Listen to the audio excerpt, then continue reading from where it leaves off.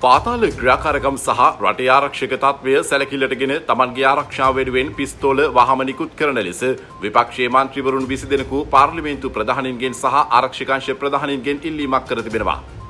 කෙසේ වෙතත් පාර්ලිමේන්තුවේ සියලුම මන්ත්‍රීවරුන්ට පිස්තෝල ලබා දීමට රාජ්‍ය තීරණය කර නැතැයි ආරංචි මාර්ග සඳහන් කරනවා. පාර්ලිමේන්තුවේ සියලුම මන්ත්‍රීවරුන්ට මීට පෙර පිස්තෝල ලබා දුන් නමුත් නව රාජ්‍ය බලයට පත්වීමෙන් පසු එය නතර කළා. එසේ නතර කර ආරක්ෂා තර්ජන සම්බන්ධ විශ්ලේෂණයකින් තහවුරු වන මන්ත්‍රීවරුන්ට පමණක් පිස්තෝලය ලබා දීමට රාජ්‍ය තීරණය කළා. ඒ අනුව එම පිස්තෝලය හිමිවන්නේ දැනට මන්ත්‍රීවරු කිහිප දෙනෙකුට පමණයි.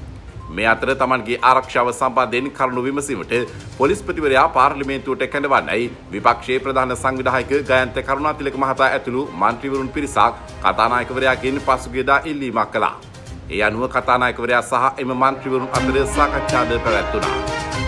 ලංකා යූනිවස් සබස්ක්‍රයිබ් කරන්න අප සමග රැඳෙන්න.